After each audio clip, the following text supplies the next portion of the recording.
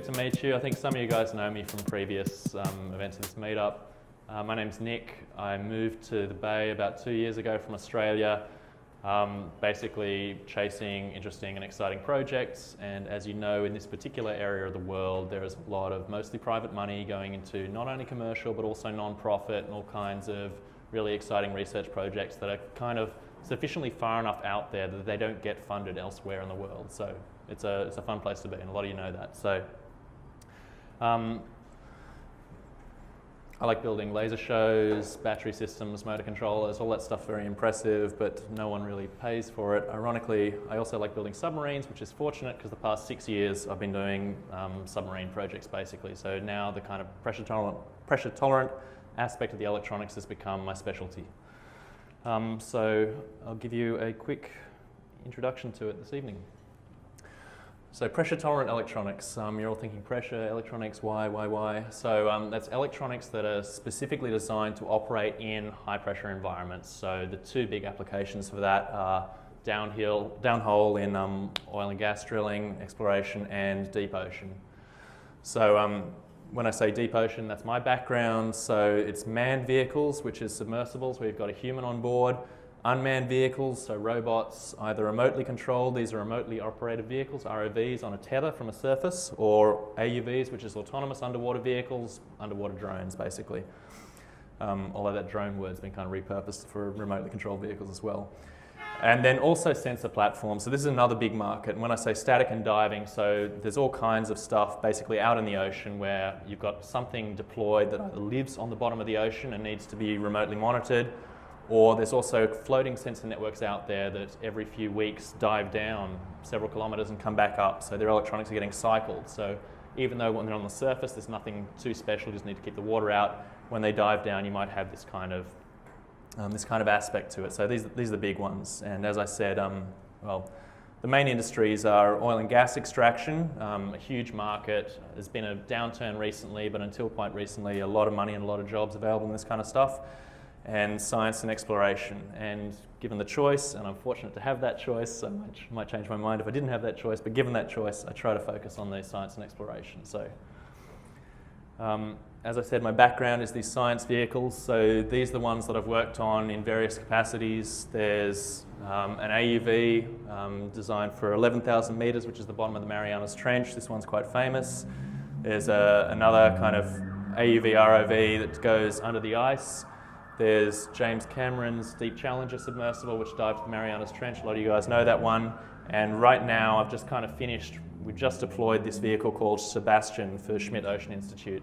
So this is an ROV for 4,000 meters. So it's got an operations team on a ship of about 8 or 10 people, and a giant steel cable that's about 5 kilometers long hangs over the back of the ship and takes all of the power down a copper umbilical cable to drive a giant hydraulic pump and all these thrusters to move the vehicle around. And we've got 5 fiber optic cables coming back up the same tether that bring back all our telemetry, take all our control and everything. So these are kind of the applications that I've been most closely involved in, but the principles and the stuff I'm going to describe here apply to a lot of the stuff on the previous slide as well. So I'm going to get into a minute. We'll start with just like the quick concepts of the depth and pressure, because this is really often misunderstood. So I give you 3 points of reference here to start with. So deep space, zero pressure, it's a vacuum, there's no air, there's nothing there.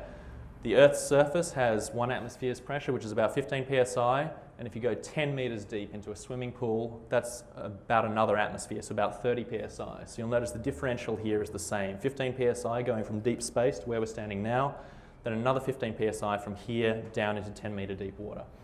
Then if we go another 10 meters, we add another 1 atmosphere, 45 psi, so on and so forth, all the way down. So the reason I raise this is because a lot of space-based equipment and stuff like that also faces the same pressure problem, but in the opposite direction. And so the magnitudes of the pressure in the ocean, once we go below 10 meters, 20 meters, 30 meters, they get greater and greater. And these are kind of the reasons why we don't have underwater spacesuits. So kind of 10 meters underwater is the inverse analog of going to space. Then once we get down into the real ocean, the ocean basin depth, About 98% of the world's oceans is 6,000 meters or shallower. So if you're drilling for oil and gas, 6,000 meters is as far as you need to go. You're not going to be chasing that last 2%. It's all too much trouble. However, the actual full ocean depth in some of the deep trenches around the world, 11,000 meters. So it's almost double that, and there's a lot of scientific interest there. So to be honest, the only vehicles or systems that are really deployed to go below 6,000 meters are scientific vehicles and instruments. So again, the deepest military submarine, less than 1,000 meters. It just needs to get its periscope down from below the surface and not get seen from the air, basically. So not a deep diving submarine, but it's what most people are familiar with. Then like the deepest big animals go to about double that. Then we get to kind of Titanic, and then below Titanic, 4,500 meters. This is the ROV Sebastian I just spoke about. This is kind of a typical depth that can be fairly easily accomplished. A lot of off-the-shelf stuff is available to do it. Then full ocean depth is an industry term for 6,000 meters. So a lot of oil and gas ROVs are done for 6,000 meters. And again, there's 50 models on the market, or historically have been at least 50 that you can buy that go out there and do this. And we also have a lot of submersibles, which are manned submarines kind of going down to this depth. So I just mentioned a few here in no particular order. We've got Nautil, Shinkai, so we've got French, Japanese, Chinese, Korean, Russian, like basically a lot of developed nations have submarines that can get, or submersibles we call them when it's a kind of a one-man thing, can get down to 6,000 meters to 7,500 meters.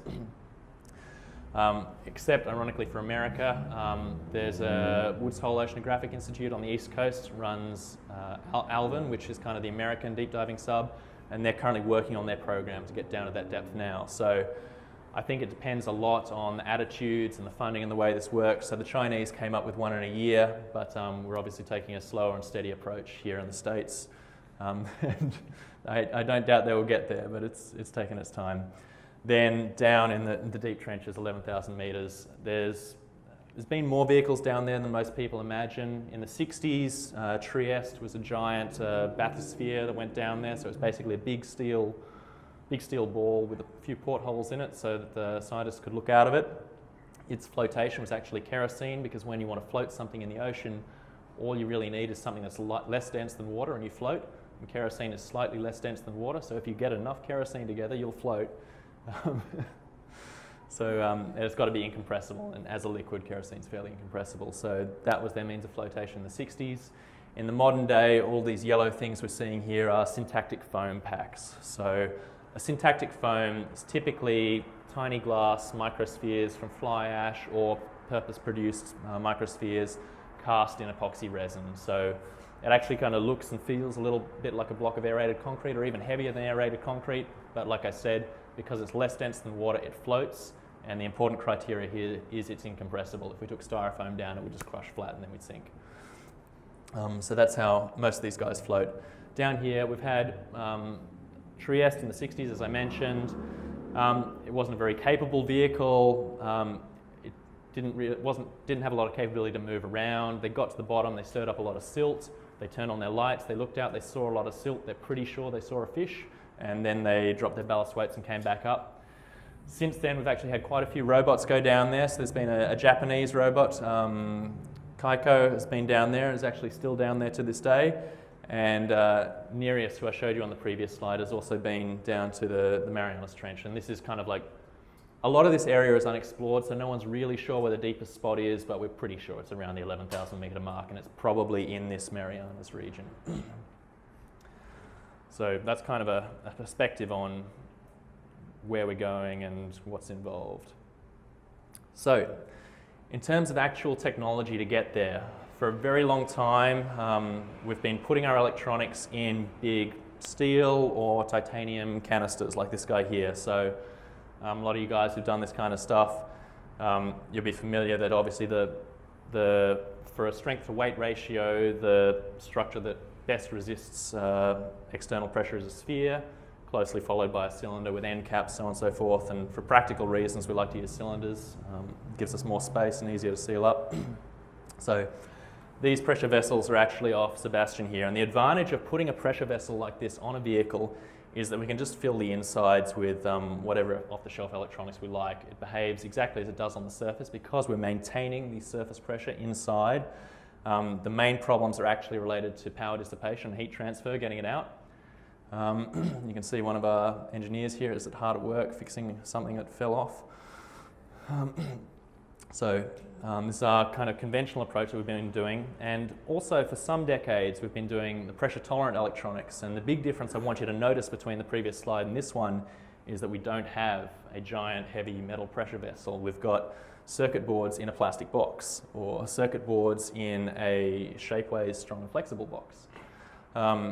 So when I'm talking about pressure-tolerant electronics, typically they're electronics that are designed to track the ambient pressure. So whatever the pressure is outside the box, it's going to be the same, give or take, inside the box. And the reason we do this is basically to escape all of the perils of the conventional pressure vessels. So when we're working with these guys, you can see all these connectors around here and these hoses. They're absolutely beautiful. They cost a fortune, they're extremely fragile, and they're really hard to get, long lead times, so on and so forth. Also, if it's badly engineered or if it's damaged, there's an implosion risk. More likely, it's not going to implode, but we're going to have a seal failure. So the end caps on these vessels are actually sealed with O-rings, so a lot of you guys who will use these know that with a correctly designed seal approach, it's actually incredibly reliable and can withstand huge pressure differentials. So, as I said, at the bottom of the ocean, we're going to have 16,000 psi hydrostatic pressure acting equally in all directions, just wanting to be inside this thing. And then we've got a 1/8 diameter cross-section piece of rubber, just running around the inside, just keeping it all out, keeping 1 atmosphere inside. So, incredibly reliable in service, but subject to all of the usual human failings. If you close this up and a hair falls off and lands across it, then that massive pressure differential from outside to inside is going to force water through the gaps around the edges of your hair, and it'll wick inside and it'll fairly quickly fill up your pressure vessel. So that's kind of a typical failure mode for these steel and titanium vessels, because as I said, when these are being engineered, they run a finite element analysis. We decide a safety factor. So the only way that one of these is going to implode is if there's some horrendous physical damage to it that no one's noticed, and you dive it and there's a structural failure. Depending on the application, if it's a manned submersible, we might have fairly extreme safety factors, like 3 or something, just to guarantee nothing can go wrong. On robots, we'll claw back some of our strength to weight by going lighter on the safety factors, because it should still be fine and the repercussions are much smaller because there's no human life involved. So the exception to this I'll come back to later. So with our pressure tolerant stuff, as I mentioned with the flotation, the key to all of this stuff is being incompressible. So if we send down a plastic box full of air, the plastic box is going to crush flat.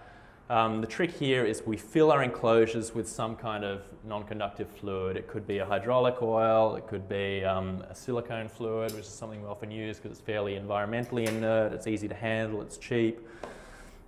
And the catch is you allow everything to be compressed. So in this case, this guy here is one of our power switches off the Deep Sea Challenger submersible.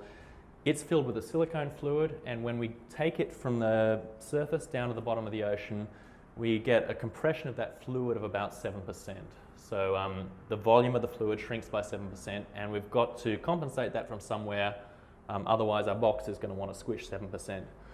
So what we're seeing in the top of the box here is actually a 3D printed spring inside a IV drip bag, which is basically our pressure compensating bladder. So it starts with the springs fully compressed at the surface, and then as we dive deeper and deeper into the ocean, the fluid inside the box is compressing as the seawater also compresses. The seawater gets denser and denser as we go down, and the 3D printed spring opens up this bladder inside the box, which inhales seawater through this port from the outside and lets some seawater inside this controlled volume inside the box. So that's kind of the principle we use for compensating these enclosures so they don't collapse. So the main peril with this kind of stuff is all of those problems that you avoided from having pressure vessels. You've now introduced a new set of problems because you've got moving parts, you've got seawater coming inside, and the main failure we see with this is not seal failures due to incredible pressures, but a blockage in a compensation system means that the compensation system can't do its function, and then we're going to have an implosion problem on one of our boxes, so on and so forth. this guy here is fiber optics and power supply, but I threw it up here because as long as it keeps the water out, we could send these electronics down in a plastic bag, right? The reason we use plastic boxes rather than plastic bags is it's just a little more durable for the day-to-day handling. We've got something to bolt it down by, but yeah, you could 3D print a custom enclosure, have it available pretty quickly. So with all this stuff I'm running through, please feel free to throw your hand up if something comes up, because if you've got something ticking away in there, it means other people probably have the same, and I'll call you up by your hand. Otherwise, I'll also take questions at the end. Yeah. You said it would compress by 7%.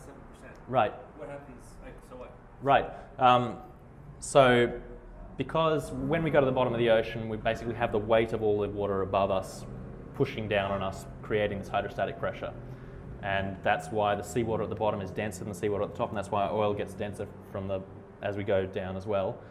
And so if we didn't have any compensating bladder in here, then the volume of the fluid would compress 7%, and we'd probably have a structural failure of the box or a seal failure of this O-ring around here.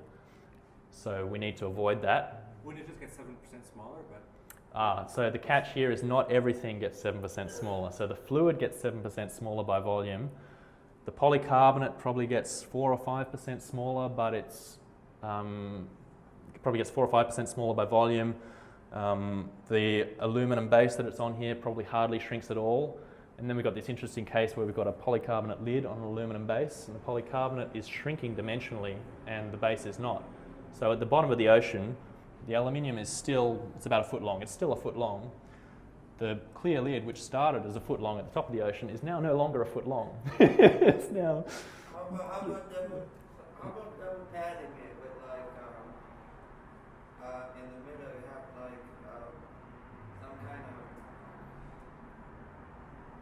some kind of mush stuff?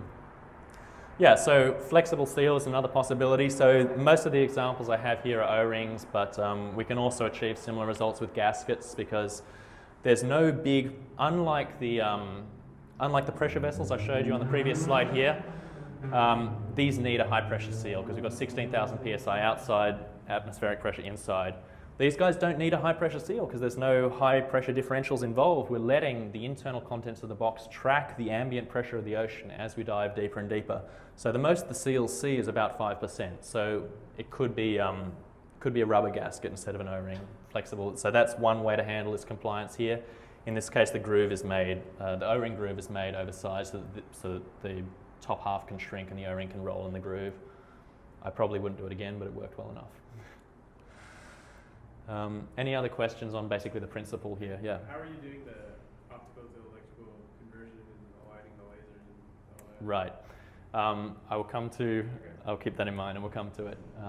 Anything else on the kind of high level stuff? Yeah. You can consider the pressure down there. Why don't you feed that into the volume on the surface? If you know how much it's going to, why don't you put more? Right. For example, so Yeah. It's because we'd have the same problem in reverse. So it actually takes 16,000 pounds per square inch of pressure to shrink the fluid. That's like 10 Humvees on your finger, right? So to do that at the surface, we would have to pump that box up. So it's not actually a stupid question because a lot of the syntactic foams, for example, are cast under pressure. So they've got a partial pressure set in. So we know that in tension, these foams can maybe withstand 3,000 psi. So if we cast that foam in a hydroclave at 3,000 psi, then we take it out of the hydroclave, it comes to ambient pressure, it's got 3,000 psi wanting to expand. It can take it, it sits there, we put it on a submarine, we start at the surface, we come down, and then when we get a quarter of the way down through the ocean, the foam's just feeling happy, it's relaxed because it's got its 3,000 psi exerted on it hydrostatically from the outside, and now the foam's in its happy neutral place where it was cast, and we only need to put an additional 13,000 psi on it to get to the bottom of the ocean, where if we cast the foam at atmospheric pressure, we would need to put a full 16,000 psi on it to get to the bottom of the ocean. So there's lots of tricks like that, so good question. Yeah. Yeah.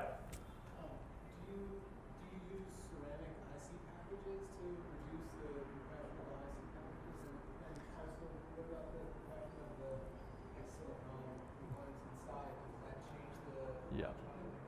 Right, exactly. So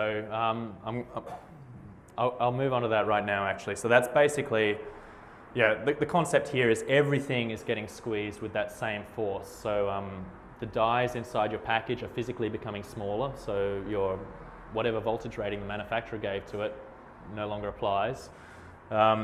In case of ceramic packages and things like that, they typically have an airspace inside, and I'll get to airspaces next. So how perilous is all this really? So in the kind of scientific community, it's a fairly small community. There's probably 10 vehicles out there, and when something goes wrong, the media is really excited by that, and we see headlines like this on the internet, which is great. As I was saying before, with the kind of conventional pressure vessel stuff, it's not, despite all you hear about how immense the pressures are at the bottom of the ocean, how incredibly, what's the word for it, daring the people who work on these things are, 16,000 psi sounds like a lot, but in terms of industrial processes, it's not actually a huge pressure. It's a big deal if you want to make a big volume to withstand it. But we have plenty of industrial processes that work in pressure vessels well below 16,000 psi. This is Nereus, which I showed you in the top left on the previous slide. So this vehicle is a purely robotic vehicle. There's never any human occupants. It's actually a tethered vehicle, so it can operate in ROV mode as long as your tether is intact. The tether for this vehicle is actually a particularly elegant design that just uses a single bare fiber optic all the way through the ocean. So you can hardly see it. It's just that strand of glass, no cladding, no buffer, 20 kilometers long, pays out to the vehicle. And if that tether breaks, for example, because a fish eats it, which probably happens 1 in 5 dives, then it switches to an autonomous mode and can safely recover itself or do whatever else it's been programmed to do. So very clever vehicle. Sadly lost, as the headline implies, in the Kermadec Trench off New Zealand, which is not the deepest trench, but there was, we don't have the full information about this because no one's ever going to know because we don't have any cameras down there, but the operators are working with this vehicle. The video screens go black. Some people reckon they heard a thump, and various bits and pieces came to the surface afterwards, which was kind of their clue that it's all over. So because this is a purely robotic vehicle, in the design of this vehicle, they've made some trade-offs that you probably wouldn't make on a human vehicle, and one of the human-occupied vehicle. One of those trade-offs is that they're using ceramic pressure vessels instead of the titanium cylinders that I showed you on a previous slide. So the ceramic pressure vessel concept is interesting. So anyone who's had familiar with this probably knows that ceramics have a huge compressive strength and are significantly lighter than titanium or steel in general. So that allowed them to basically save vehicle weight and buoyancy. So when I mentioned earlier, I was describing the syntactic foam, how that's the flotation medium for this. It's the glass microspheres cast in epoxy. It's actually quite difficult to make stuff that is both incompressible at the bottom of the ocean and also really floaty. So it's normally rated in pounds per cubic foot of buoyancy. So maybe 10, 20, 30 pounds per cubic foot of buoyancy, which is not, in terms of density terms, it's quite dense. It's not as dense as water, so it does float you. But it means if you're building a vehicle and you have a lot of dense things on your vehicle, like a metal frame or heavy instruments that you're taking down, or obviously conventional pressure vessels, for every 1 kilo of dry, or every 1 pound of dry weight that you add to this vehicle in terms of metal or heavy parts, you might need to add 3 pounds of this foam to support it, to float it from the bottom of the ocean, which means you start running into kind of engineering constraints at the surface because you've got to pick this thing up, you've got to move it on a truck, you've got to lower it over the side of the ship. And that's basically what the biggest difference between Trieste and James Cameron's Deep Sea Challenger comes down to in the biggest sense of the problem. They're both human-occupied vehicles. They've both been to the deepest place in the world ocean. Trieste was limited by the technology at the time in that they're using kerosene basically to float it because it has a density just slightly less than seawater and it's incompressible. They weren't building syntactic foams. They weren't widely used at that time. So because it needed so much kerosene to float this thing, all they could basically do was like manage to just hoist it over the side of the ship, let it go down. Didn't really move around at the bottom, so on and so forth. With the James Cameron vehicle, which is about 5 years ago, 2011 now, they came up, for that project, they came up with their own foam technology basically to get it sufficiently consistent, appropriate densities and things to be able to do this. And the entire body of the submersible is made of that foam. So there's no metal frame, there's no backbone. When we want to attach something to it, we've got all these foam blocks that are glued together and then fiberglassed over like a surfboard. We drill some inserts and bolt something on. So when you see that green submarine, that green is all flotation.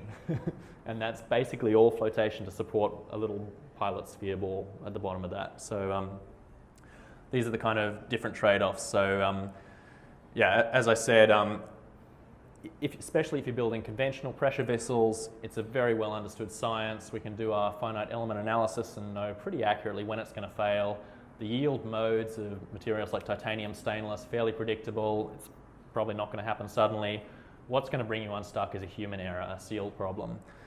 Ceramic pressure vessels, there could have been a hairline crack that no one noticed because it's really hard to inspect for these things. It could have been dropped at some point and not even cracked, but just internally stressed. And when you do take it down to these deepest places in the ocean, it gets a workout, game over. So choose your, choose your weapons wisely. So, say we're building a submersible or a underwater robot, because that's all I know about, and you decide, all right, do I want to do pressure tolerant electronics? Does it make sense? Like, what's the trade-off do I come to decide to go down this path? And it basically comes down to a lot of these things here. So, first one is like your vehicle or your system. How deep does it have to go?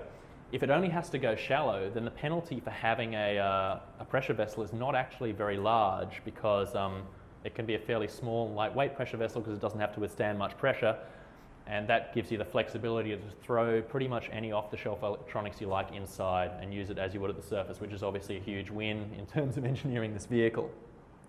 The deeper and deeper you want to go, the greater the buoyancy penalty of these vessels, and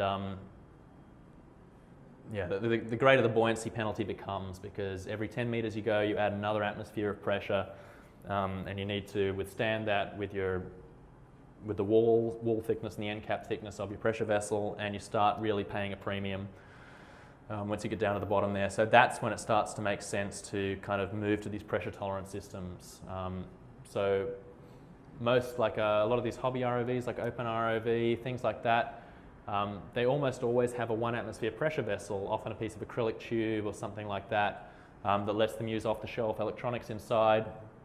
And this is great for swimming pools and even fairly deep lakes and things like that. But when you want to go to the bottom of the ocean, suddenly acrylic tube is off the cards. So you're going to be either building pressure vessels or adapting your electronics to be pressure tolerant. Cost, size and weight penalties. The significance of your flooding and implosion risks. So when you're designing this stuff for a human occupied vehicle, it's basically not acceptable, and it's hugely dangerous to have any pressure vessel on that vehicle that has any risk of implosion. It's because if a pressure vessel on this vehicle does fail, and I mean catastrophically fail, so not just a seal failure where it gradually fills with water, but if something goes wrong and it crushes, this usually happens very quickly and without warning. And one way to think of it is that the entire, whatever projected area that pressure vessel has looking up, that entire water column of 11 kilometers of water just instantaneously goes. So this creates a shock wave, and you can get sympathetic implosions. That's another hypothesis for what might have happened to Nereus. So a lot of, not a lot, but some like human pilots of these vehicles will have a big bugbear about having pressure vessels. So that might drive your design towards pressure tolerant electronics. On a robot, it's of less concern. Like obviously you'll lose the robot, but if you made that call and decided that it was the right trade-off, then hey, maybe that makes sense. This is another big one. This is your electrical and optical, your connector and your penetrator requirements. So if you want to come in and out of these pressure vessels, you either need fiber optic feed-throughs that can withstand that pressure differential across them, or electrical connectors like I showed you before. That's a whole nother talk on itself, but just take it from me, it's expensive, it's difficult, it's a pain. So if you can have this stuff in plastic boxes, hey, then you saw these delicate little yellow hoses coming out. We can just feed wires out these hoses. The same fluid that's in this box freely moves down the hose and comes out with the wires. It becomes a real easy problem by comparison. Hey. So yeah, if you have like lasers on in the that Yep. are being compressed pressure-wise, Right, the cavity size is pretty critical in the laser's operation, right? right, So exactly. how do you deal with that? So one of the things that I'll come to next, and I'll cover it now. So this whole concept of pressure tolerance is really like pressure tolerance by degrees. So the conventional pressure vessels I showed you before, like those big cans, I guess once the electronics are in the can, that is now pressure tolerant electronics, right? So it's so you have to. So there's a lot of components where you simply can't have. They either can't be in fluid or they can't withstand pressure. So as you say, if you've got a laser die, you can't have that die shrinking or the wavelength of your laser is going to change. There's a lot of other examples, like cameras, for example. All of our lens materials, like all glasses and things, have refractive indices fairly close to water, which means that once you put them in water, they're not lenses anymore. So it's very difficult to make a camera that's fluid-filled. So your camera is going to be in a 1 atmosphere housing. So when I say pressure tolerant electronics, you're really kind of starting to understand this at the smaller and smaller scale. So you're trying to solve this problem getting rid of the big pressure vessels, but in that process, you're probably going to be creating little pressure vessels inside. So that little pressure vessel might be the can of a quartz crystal, because the quartz crystal element has to oscillate. It's designed to oscillate in air. It's not going to work if we fluid fill that. So it's got its own little pressure vessel inside. So pressure tolerant electronics, some of the components just withstand the ambient pressure inherently and keep functioning basically as they do. Others we need to modify. I'll come to this stuff, and some of them are never going to be pressure tolerant in the sense that we're going to fluid fill them and subject them to this ambient pressure. We might build a micro pressure vessel around them to achieve that. Penetrators. Oh yeah, how deep you want to go. If you're going less than 6,000 meters, there's a lot of stuff you can buy off the shelf once you start, because of that oil and gas market I was telling you before. As soon as you go to 6,001 meters, it's very difficult to find anything that's rated for that. And as you go deeper and deeper, this stuff's going to fail. So typically the deeper you go, the more stuff you're going to be developing in-house. It's harder to get off the shelf. Depending on what you're building, so with a lot of this pressure tolerant stuff, you're developing it from the component level, from first principles. So how complex is your development and qualification procedures involved?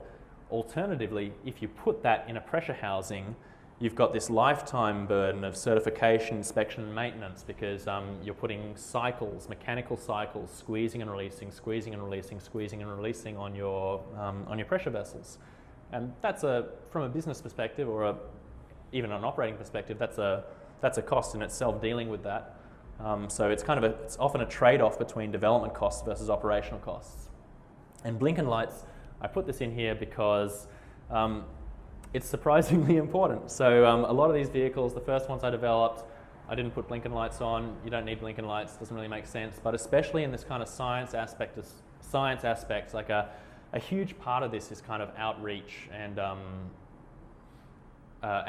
engaging the public and things. And so they appeal to things they can see. So there's certainly there's a diagnostic benefit if you're not electrically communicating with something. If you've got a small instrument that's sealed, it either just looks like a metal can, you can't tell what's going on, or it might be in a box with a clear lid and you can see if it's turned on because an LED turns green. So there's some benefit in that, but realistically, once you get to the vehicle scale, you're communicating with everything electronically. You've got remote telemetry. You don't have a need for these lights, but it can actually be quite significant in terms of the overall aesthetic of the vehicle, which can be important.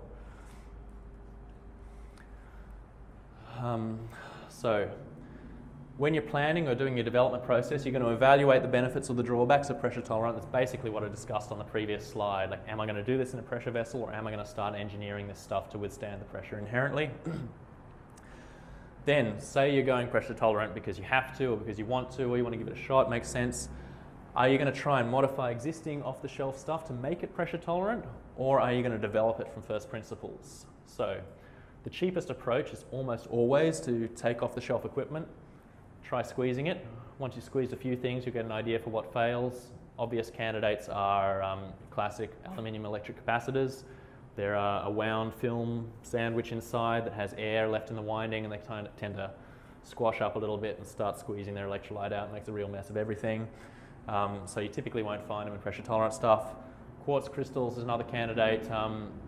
So the electrolytics, you might swap them out for tantalums or ceramics. Quartz crystals, we don't have a lot of options. We need to move to either solid state clock sources. We can obviously use RC oscillators, but then we come with the caveats that we're squeezing our R's and our C's, which changes the frequency of the oscillations. So that makes it difficult if you're involved in communications or if you're doing anything time sensitive and you don't want to make this compensation or calibrate for it. So these are kind of the things you might think about doing to modify something existing. And there's plenty of full ocean, like 11,000 meter stuff that's been bought as a DC-DC converter from DigiKey and swapped out a few parts. Or for a lot of this stuff, like especially nowadays, a lot of this long lifetime power supply stuff and things like that, they don't even use electrolytics anymore. It's all ceramic these days. So a lot of that stuff is just going to work inherently. At a certain point, all this stuff becomes a black box to you. When your power supply stops working, if this is something you bought for $100, you don't have the schematic for it, you're not going to be able to debug it if it's a particularly complex switch mode.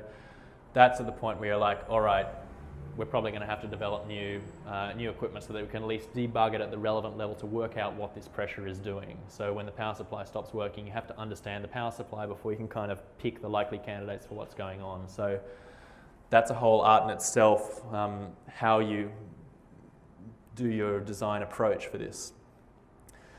Then say you're doing pressure tolerant, there's all kind of optimizations and trade-offs that are specific to this pressure kind of stuff. So with power supplies, for example, switches, as a lot of you guys know, a lot of parameters, power handling and things are going to be related to inductance and capacitance, especially as a constant. And for a given frequency and a given power handling, you can sometimes trade off these things. So if you increase the frequency, you might use a larger inductor to put more power into it and have a smaller capacitor to smooth it out. So as I mentioned, aluminium electric capacitors, which is our typical source for cheap bulk capacitance, basically a no-go. I have made them work just by punching the top, but they don't last very long. So if you want something long-lived, you're going to be designing it with probably ceramic caps these days. They've overtaken tantalums for all these kind of applications. And again, if you're doing a motor controller, it could get quite expensive to have a huge amount of bulk capacitance in these little $5 per chip ceramic caps spread out over your circuit board. So that's when you might think about making your design optimizations to reduce that capacitance. And this pressure tolerance by degrees is the point that I mentioned in response to your question. All of this stuff, in the same way that we put a laser in a tiny little pressure vessel so that it can maintain its frequency, we put all of the off-the-shelf electronics in a giant pressure vessel so that it can keep working normally. So there's no it's not a digital divide here. Like we don't have pressure tolerant stuff and not pressure tolerant stuff. Like it's really kind of the scale of the pressure tolerance, I guess. And to do big scale pressure tolerance and just dumbly put stuff in giant pressure vessels is expensive in buoyancy, cost, all these things. Whereas in general, to do kind of smaller scale, putting your individual laser diode in a smaller pressure vessel, that's going to be a win for buoyancy and all these kind of things. When you actually come to the development process, the component selection is obviously going to be careful, needs some understanding of that. I'll get down to that in more detail towards the end of this. The design and prototyping and testing, you guys know all about that. It's not really changed. But then at various stages through this and towards the end of it, you're going to want to get involved with pressure testing and qualification. So that's so we can see what's going to happen without having to go out to Guam and dive in the Marianas Trench. It would be great to find out in our workshop, is this going to work before we commit to tens of thousands of dollars a day on a ship? And I will cover that as well shortly. So, component selection. This is the tough one. You obviously just go straight to the data sheet and look for pressure, which is never there. So, none of this stuff is really designed with pressure tolerance in mind. It's a sufficiently small application that it's not worth our component manufacturer's time to bother with it, which is unfortunate for us, but it's a reality of the world. Sometimes they'll have I have found some components which do have a pressure specification, but it's like a tolerance around nominal, like 25-degree room temperature and pressure. So I've had a few times where I've been working for a client or they ask questions and we're going through this process of converging on do we want pressure tolerant or do we want to put it in a can? They eventually converge on the pressure tolerant, they're developing the pressure tolerant, and the first thing they say is, well, all right, we're having trouble selecting our components. Can we just have the whitelist of the ones you use that you know are good?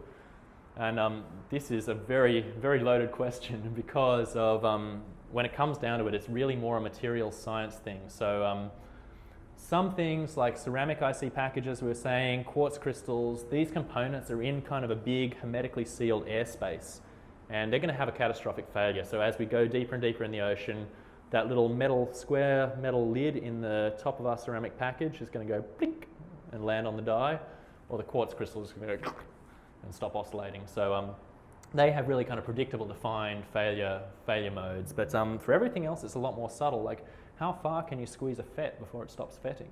Like, turns out a very long way. So all of this stuff is kind of relative. So I guess like for any design that I've done, you might consider the BOM for that design to be a whitelist, but you're really making this determination every time you place a component. You're thinking, is it important if the value of this resistor changes? Because as I dive through the ocean, the resistor is going to get smaller and its resistance is going to decrease. So for pull-ups, I don't care. I know it's only going to be changed by a couple of percent because I've thrown some in a pressure chamber and measured it, and it seems to be predictable, happens like this. But if I'm scaling inputs for an ADC, well, then that's a different matter. I can't afford a couple of percent error if my resistors shrink in size. So there's all kind of tricks to this. So one obvious trick is to build the scaling resistors from your ADC out of arrays of the same type of resistor, preferably off the same reel placed in succession. So rather than having 2K and 10K, I'll have 2K at the top of the divider and 2K, 2K, 2K, 2K, 2K at the bottom half of the divider. And assuming they're all similarly behaved and they all shrink equally, I'll maintain the same divider ratio at the top and the bottom of the ocean. So you start thinking about all this stuff as you go into it. It gets a little bit tricky, but there's all kinds of stuff you can do to kind of get there. But there's no whitelist. You go on a DigiKey, you've got, you guys are routinely picking from literally millions of components. There's like 6 million components out there. So if someone asks for a whitelist and I give you a whitelist, how many components am I going to have on that whitelist? You're not going to be able to design anything from that. So forget the whitelist. You really, I guess the beauty and the art of this is that it needs to be understood. You can't cheat.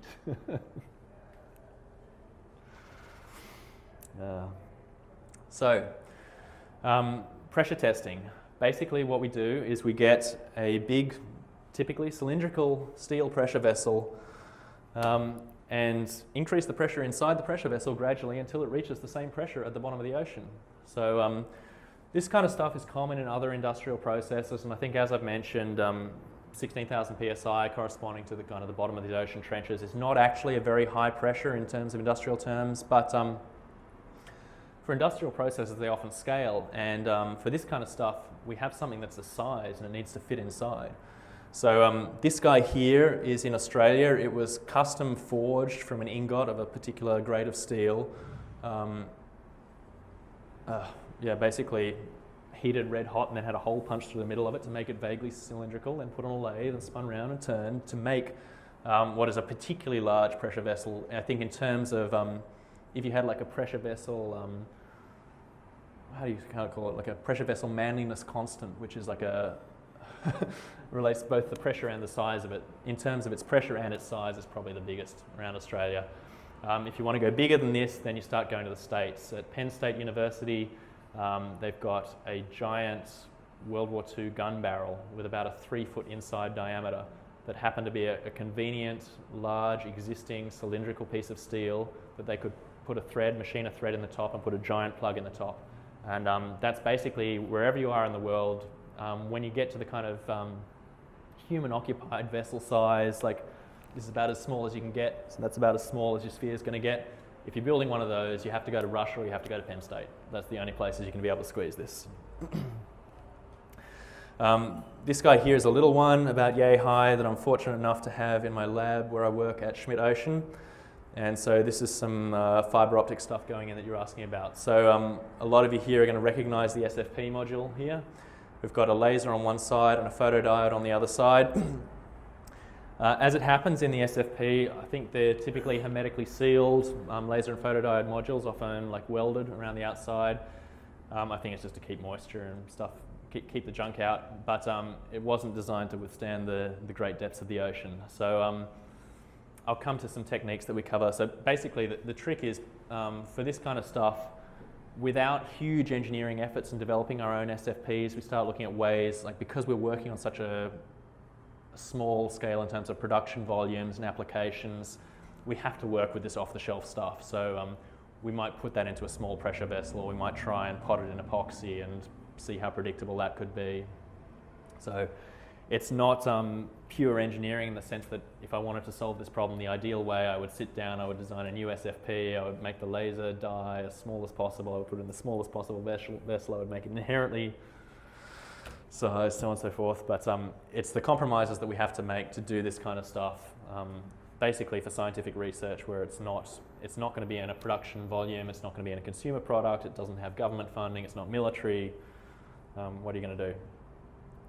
So with the pressure testing, so there's a couple of different techniques we use. The first two I derogatively describe as trial and error. So the first one is passive testing, basically taking stuff, throwing it in the pressure chamber, squeezing it, and looking at what happens. So for someone who comes in who's completely new to this kind of, if they're an experienced electronics designer but they start working for a submarine, they're coming up with this stuff, that's probably where they're going to start. They're going to take some components.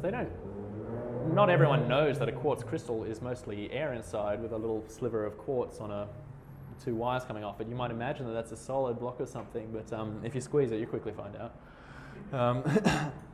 So passive testing is typically where we put something in the chamber, we pressurize it slowly because we don't really have the capability to run these high pressure pumps to pressurize quickly up to the pressure at the bottom of the ocean, and all of these, basically anything that's an airspace and not appropriately supported is either going to collapse or commonly it will just seep in or weep in because you have glass to metal seals, or you'll have an IC package that wasn't designed to withstand this. And the way hydrostatic pressure works is basically because of the force is exerted equally in all directions, so nowhere is safe. It's not like you can just reinforce the top of the part and think that that's going to lift the water column above it. The water will want to come around the underneath and enter from underneath, or it'll find its way through any crevice or through any seal or any interface. When we take the parts out of the pressure chamber, that'll give us a clue as to what had an airspace in it. And then we look at what might we do. So depending on the part, we might be able to port the part, drill a hole in it, let that airspace fill properly without crushing the part. Again, it depends on the part. It's not going to work for a quartz crystal, but it might work for some parts. Absorption testing is kind of the opposite. Well, not the opposite. Absorption testing, I guess, is when I put this part down in the chamber, I compress it, I might leave it there to make sure that everything that is going to fill has filled, and then I'll rapidly depressurize it. And so passive testing will typically find things that crush flat because they stayed sealed, and I crush those air spaces. Absorption testing will often find the opposite, which is when something maintained its structural integrity, but it filled up with fluid. So unless you explode it, you won't know that it's filled up with fluid. So if you depressurize rapidly, the fluid, when you were compressing it slowly, probably took a long-winded path through some interface and gradually filled up the airspace. If you depressurize it rapidly, it can't escape in time, it'll blow open. So these are kind of your trial and error, your really dumb basic clues as to what's going on. This is where you start. And after you've been doing this for a month, you'll have a pretty good idea of how most components are constructed, and you probably won't be doing that again. You'll be able to lay down some designs knowing what's likely to work, what's not likely to work. But then when you actually get to doing your design, then you come to the scientific approach. So as I was saying, how hard can you squeeze a FET before it stops FETting? You probably want to do some kind of parameter study. So you get your curve tracer, your pressure tolerant curve tracer, and you put it in the pressure vessel with your part. No, just kidding. You typically have some kind of electronic feed through like this is actually one such feed through. It's a connector penetrator that has wires going in one side, coming out the other side, and it can withstand the 16,000 psi pressure differential. So we could have the part under test at high pressure in the chamber, and we could be making measurements on it from outside. Obviously, we're limited on the measurements we can make because this has a significant impact on the frequencies we can pass through, so on and so forth. So it's all it's all difficult and slow and expensive once you start getting into the big end of town if you really want to understand these parts. But it's possible to build a whole motor controller without doing any of this stuff, just by playing it really conservative. So with your FET, just assume that it's going to get smaller, derate it for voltage, derate it for current handling, make sure it's well heat sunk, just basically give it an easy life and know that you're going to make its life significantly harder in many unpredictable ways that you haven't given a lot of thought to, and then do your cycle testing on it. So you've built this part, you don't necessarily know everything about it because you haven't characterized every component in it, but you're going to give it 30 cycles in there or leave it in there for a day at a time, keep cycling, and basically punish it as much as you can and see where it falls over. Then when it falls over, you start debugging. So, I mean, do you get the idea for this kind of stuff? It's, that's the specifics of the process. The catch with all of this, of course, is that no one wants your design to sit there with the wheels spinning on all this amazing educational pressure tolerant testing stuff. Everyone wants the design as quickly as possible, which is why all of this stuff gets cut from the timeline first, which is why so often you build it without any knowledge of this stuff and then just do the cycle testing. So, all right. So this is one of the Deep Sea Challenger thrusters. So as you can probably tell from the picture, it's the little propeller that moves the submarines around. It's a brushless electric motor inside with a classical trapezoidal step brushless controller, simple, easy. So these have been around for decades and decades, electric thrusters for deep vehicles. Lots of different approaches for doing this. Some of the early ones were entirely one atmosphere, so it's got a big pressure vessel, it has the controller and the motor inside, or separate vessels, excuse me. And it's kept at 1 atmosphere inside, operates as it does on the surface. You've actually got a magnetic shaft coupling, which couples the motion of the rotor inside the housing to the propeller on the outside. Just need seawater bearings. The main problem here is you're limited by the power transfer of your magnetic coupling. Then we have pressure balanced oil-filled motor only. So this is basically taking an electric motor and filling the housing with oil. Or some kind of insulating fluid. It's going to behave pretty much the same, except you can have big viscous losses. So this has been done for decades for oil and gas. So basically every downhole drill has an electric motor that is filled with oil, powered from the surface. You're going to dissipate more power because you're doing more work to spin your rotor when it's submerged in oil. But at the same time, you also get a win because it's in oil, not in air anymore. So if you choose your oil wisely, you can have better thermal transfer to remove the heat from your windings. So we'll see.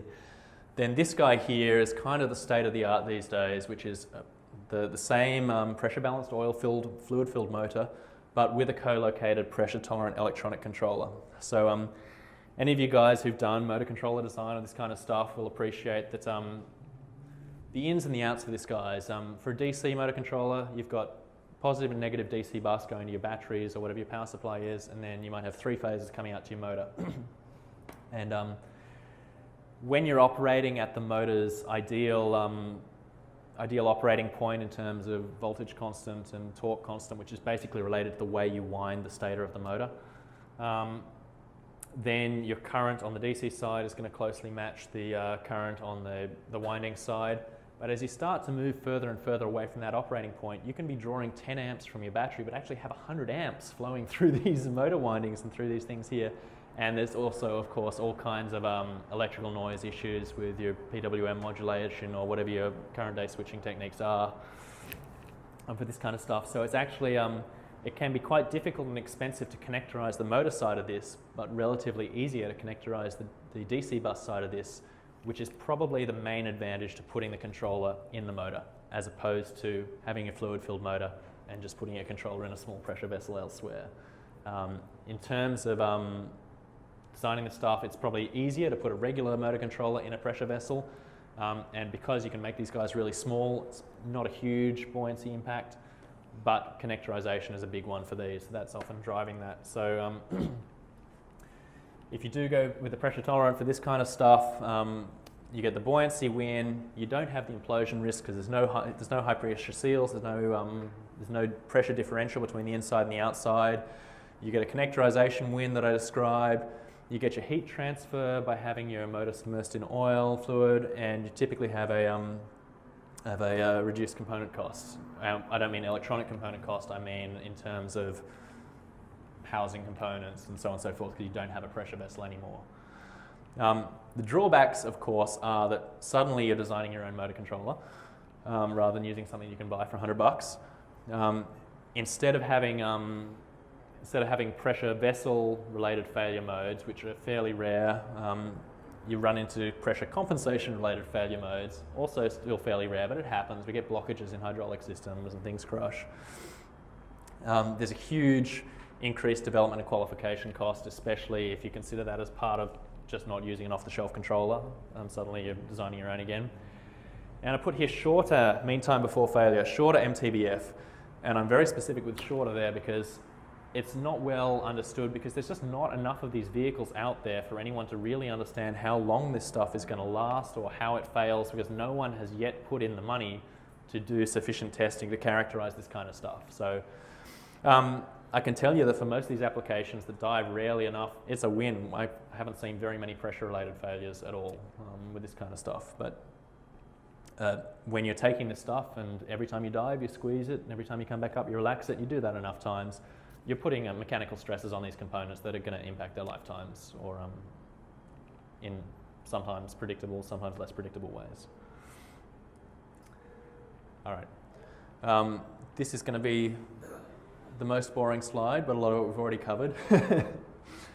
So I think you probably understand from the discussion we've had so far, like a lot of this stuff comes down to more materials science than electronics design. So if you're building this stuff, you kind of want to understand how a ceramic capacitor is constructed with the layers and so on and so forth. So you're picking a ceramic capacitor. If you take a classic early days SMT capacitor, you're soldering it down to a circuit board. You've got these kind of rigid terminations to a fiberglass board. Come back to the example I was talking before with the enclosure where the bottom half was aluminum and the top half was polycarbonate. And I was describing how the polycarbonate might shrink by 3% and the aluminum might stay pretty much the same size.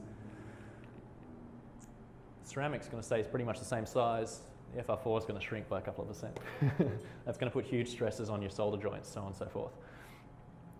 So again, this is purely actually empirical comments coming from me, because again, no one's put in the money or time to actually properly characterize this. But an obvious thing here is to go for some of these automotive rated components that have soft terminations. So there's a kind of a flexible layer in between the end cap that gets soldered to the circuit board and the conductors interleaved in the ceramic. So that might give you some compliance in between the board and the part that might extend its lifetime. I'm hypothesizing, but I think it's extremely likely that that's the case. We've actually strain gauged epoxy IC packages and FR4 board, and they seem to track very closely, which is extremely fortunate. That would make life much, much harder if you couldn't solder chips to circuit boards and use them for this application. Chips with legs are obviously going to give you some increased compliance over, say, BGA or leadless parts. So I've actually taken designs with big BGAs, network switches and things down, and they've behaved quite well on the cycles I've given them, but I would be hesitant to design them into something important until someone had invested in the requisite testing to actually prove this out. So in all of these designs that I've done to date, really focus on these like esoteric, like that's a AVR PWM 316. Like a lot of them come in quad flat packs now, but it's like, you're like, why are these circuit boards covered in chips with legs? That's very 1990s. Yes, it is, but it's for this kind of compliance reasons. So all that kind of comes in. So resistors, as I said, typically they will physically compress to some degree, and by the nature of the way these, it's a thin film or it's a thick film, it's conductive elements laid down, basically conductive particles in a matrix, and as it shrinks, those conductive particles move closer together and lower your resistance. So that happens almost across the board for resistors. Capacitors, I think as I discussed, ceramic caps have a huge compressive strength. They appear to be well suited for this kind of stuff. Electrolytics are not a win. I don't see any reason why tantalums would be a problem. I've used tantalums without an issue, but for other reasons we supplant them with ceramics typically. The magnetics, this is actually probably the easiest part, as long as it's an open frame thing, not a, as long as it doesn't have like an airspace inside, as long as the fluid can get in between your windings and in between your E-cores, or I've also seen some inductors that are kind of, the coil is potted in a ferrite goop that sets off and leaves you with like a powdered ferrite sintered around the coil. They seem to work well as well. So there have actually been, I found a few academic papers that discuss this kind of stuff, like change of permeability of the magnetic materials with pressure, and it does change with pressure, but in terms of a typical switcher, the magnitudes of the change are sufficiently small that we just ignore it. Like the magnetics in your switcher are going to work the same at the bottom of the ocean as they do at the top. Oscillators, that's the big one. Quartz crystals, like I discussed before, it's probably not going to be a win for you unless you kind of take your quartz crystal and encapsulate it in like a larger package to withstand that pressure. So I don't have an example on this screen, but there are some crystals available that look a little bit like this, which is actually one of those, a lot of you are familiar with the 32 kilohertz watch crystal packages, like a little round cylinder. You can actually get those in almost any frequency, and these are pre-packaged in a package like that with an oscillator and a buffer in the same package. So the main problem we run into, if we take a typical crystal, we pot it in epoxy to kind of build it up and give it the compressive strength it needs to withstand the strength of the ocean.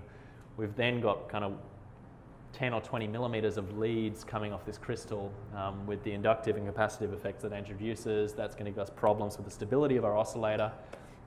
If we buy these pre-packaged parts that have the crystal and the oscillator in close proximity with a buffer conveniently right in the package, that problem's kind of solved. So you'll see some of these designs have a little piece of aluminum that's been cut out and epoxied on the top there because there's a thin spot in the top of the package. But otherwise, that's kind of a trick we can use to get these parts to be able to do it as cheaply and easily as possible, using as much off-the-shelf stuff as possible. Other alternatives, RC oscillators are going to work, but your R's and C's are going to change, so your frequency is going to change. There are some kind of solid-state oscillators out now. There's like SI 500 series and things like that that use kind of on-chip LC oscillators and things like that. I haven't had time to investigate those as closely as I like, but again, no airspace. It's basically a piece of CMOS. It's basically, no, that's not true. It's got these special structures fabricated on the silicon, but it's basically silicon in an epoxy package like these other parts that we have good success with. So I would be optimistic about that kind of stuff. Isolators, again, similar principle to oscillators in that sense. So just as I described, you can now buy solid-state oscillators. You can buy solid-state GMR, galvomagnetic resistive type oscillators, which basically have the coils for a magnetic isolator fabricated on a chip. Again, it's a solid block of silicon and a solid block of epoxy. They work well. Opto-isolators can be tricky because inside the opto-isolator you've got a LED and a photodiode, and in between those you might have an airspace or you might have an index matching gel which can compress. So I've had cases where your opto-isolator works well as the surface, but as you dive deeper and deeper and deeper, the top of your opto-isolator just squeezes and kind of gradually squeezes that gel and blocks out the, the visibility of the photodiode and things. So you might see that as a change in your transfer ratio in your opto-isolator. So if you're relying on it as an analog opto-isolator, it's not going to work predictably for you, but if you're using it as a digital isolator, you might not care. Integrated circuits, this is the big one. All CMOS has basically worked for me. So evidently, like a lot of these processors, a lot of this memory, the die sizes and everything are big enough that they obviously have some manufacturing tolerance that makes things bigger and stronger and better laid out than they need to be to guarantee that they get a good yield out of their fabrication process. And that appears to be enough to overcome a lot of this because I don't see a lot of problems with that stuff. Sorry. What about MEMS? Do you ever use any MEMS for accelerometers? Right. So a lot of the early MEMS stuff is in kind of ceramic packages with an airspace which has that problem. These days, I think you're going to have problems because all of these things rely on silicon cantilevers which need to be in an airspace. So unless your package is supporting that airspace, which could be trivial, maybe the airspace. I haven't had to test them. No.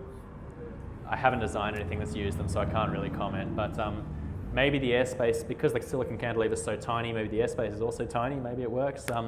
Maybe you need to build it up, but maybe it doesn't need to go in a pressure vessel. Maybe you just need to put a dollop of syntactic foam or a dollop of epoxy or something incompressible around it to reinforce it. Power silicon, I think I mentioned before about the FET there. So this guy here predates all this silicon carbide beautiful stuff. These are regular NFETs. TO220 package bolted there. There's going to be all kinds of stuff going on here. So again, we've got a silicon die that's placed or bonded or soldered somehow, thermally bonded at least, to the heatsink part of the back of this FET here.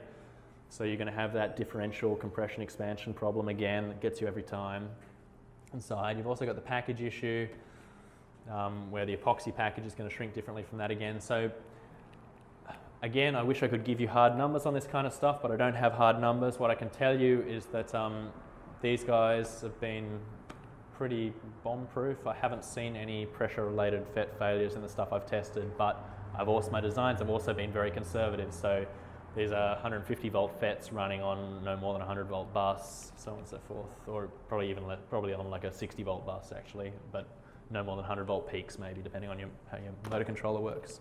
So Yeah. it looks like you spent a lot of time attaching them to the metal part for heat conduction, but if they're all in the liquid, Right. why do you need to do that? Is the liquid not Yeah. heat conductive? Exactly. So the liquid is better than air, but it's still nothing on aluminium or any of our regular heatsink materials. They're orders of magnitude better thermal conductors than our liquids are. So and the next question I'm going to preempt is, doesn't this aluminium ring just get stinking hot? And this guy here is actually designed to be a neat fit inside an aluminium housing so that when it heats up, it expands by a few microns and presses itself into the housing, and then you get heat conduction from the FET through an aluminium housing to seawater, which is like the ultimate unlimited heat sink, and once you're there you just don't have to worry anymore. And Yeah. For the boards, have you ever done any cuts for strain relief under the packages? Right.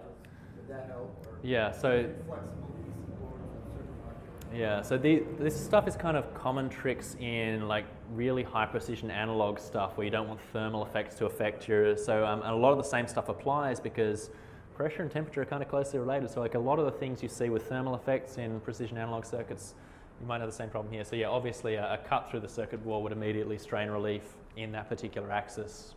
I haven't actually needed to do it because the packages I found track sufficiently closely, but I can think of examples where you might use something like that. Good point. Those split washers on there, Yes, they are. you might try Belleville or conical washers. Yes, I've heard this argument as well. That's a problem even at the surface. Yes. No, good tip, thank you. Power silicon devices. Fuses and breakers are another big one because, as I said, once you've got your thermal path from your device through your heatsink or whatever you're using, through your housing to seawater, you have the ultimate unlimited heatsink. But when you think of how a fuse operates, the principle of the fuse is that the fusible elements get sufficiently hot that it burns and opens. If you take a fuse and fluid fill it, typically they don't get hot enough to open. So you can take a 1 amp fuse and start putting 50 amps through it and it doesn't open. And when it does eventually open, it's not predictable, so on and so forth. So these guys are another good example of what typically gets put in like a mini pressure vessel. So there's various constructions for keeping these things in air.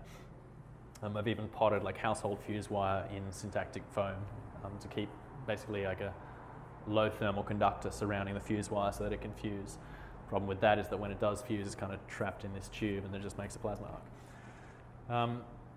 Battery packs, depending on the construction of your batteries, there are some pressure tolerant variants out there. They're not advertised as such, but any of you guys who work with lipos know that a lot of them are vacuum packed. That alone doesn't get you off the hook. It means there might not be any air in there, but you're still going to have these huge forces applied to all surfaces. So depending on the construction of your particular lipo pack, might make it more or less resilient to these kind of forces. And electric motors, kind of discussed before. Oh, funny story while we're here. Have I got time, Chris?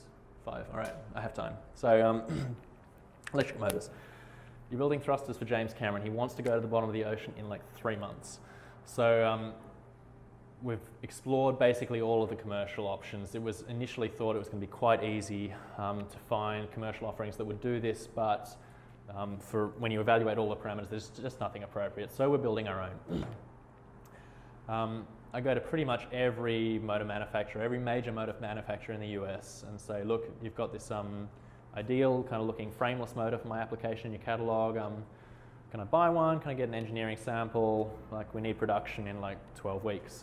And they're like, yeah, we can get you an engineering sample in 12 weeks. I'm like, well, it's too late for the engineering sample. I kind of need one Now you have one off the shelf with a different winding, and thanks to the advent of just-in-time manufacturing, it is now impossible to get anything in less than 12 weeks.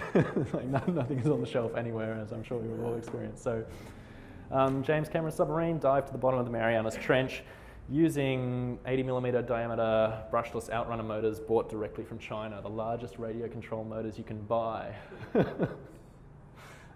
In 2 weeks, I had the full quantity custom wound and delivered. Oh dear. All right. I'm going to leave it there for the kind of the bombardment of technical stuff and take the floor open to questions. I was going to say, how perilous is this? As I mentioned, Nereus had an unfortunate implosion at the bottom of the Kermadec Trench, and it can be perilous even when you're on the surface. Say the trailer brakes catch fire and set fire to your submarine. That's another bad way to go. So there's no winning in this industry. There's a lot of it's pretty exciting in terms of how unique the vehicles are and the kind of tasks they're doing, and it's like a lot of fun to be involved with, but it's also not guaranteed to be a stable job. There's no operators for this vehicle anymore. So if you guys were really interested and just felt I left you hanging just on that discussion of the components and you just really wanted to know more about that, it was that exciting, there's a white paper on the internet here that I've written that covers a lot of that stuff in much greater detail. I know a lot of commercial people have been using that and commenting on it because there's kind of a lot of industries that are now more and more interested in developing this stuff. So they, even though it's still sufficiently small that it's kind of a black art. Any questions that I didn't cover before? Yep. Are there any depth or pressure-related grounding issues you run into?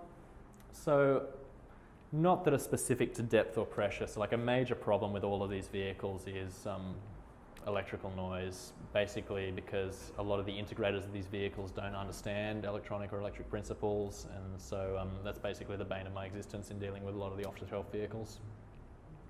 But there's nothing special about the conductivity of these materials, like cables and things. It basically stays the same. And EMI through water, seawater is actually, because it's a good conductor, it's not a bad EMI attenuator. But through your oil, it's not significantly different from being in air, so it's not going to make your life any easier or any harder. Hey, yep. So a lot of people work with these small CubeSats. Mm-hmm. Yes, like you said, they're basically at 0 PSI. Mm-hmm. So are a lot of these techniques that you've discovered with the components, Mm-hmm. do the same kind of things apply to space? Um, Or is space a lot easier? Yeah, in principle, yes. But as I was saying back on that first slide, it's only a 15 psi difference to go into deep outer space. So you can use quartz crystals, no problem. Those hermetically sealed packages, 15 psi is not really a big difference in the scheme of things. It's when we get to 15,000 psi that we start having these real problems. So I think a lot of the CubeSat stuff just uses off-the-shelf components. As you know, they're not space rated or any of this kind of stuff. So there will be air inside that quartz crystal out in the vacuum of space, but the pressure differential is small enough that it's not really an issue. Yeah. We haven't talked too much about temperature. Like, what's the temperature Right. of the water at the bottom of the Okay. When you get to the very bottom of the ocean, so the sunlight only penetrates like the top 200 meters. When you get to the very bottom, in general, it's close to freezing, a little bit above freezing, like 2 degrees, 3 degrees Celsius. So it's pretty cold, but obviously not below freezing. There are hot vents as well, though, so lots of videos of these ROVs approaching black smokers and melting their hoses and their things, and so there's all kinds of crazy underwater volcanoes, but in general, close to freezing. All right. Thank you very much for coming, guys. It's a pleasure to talk to you.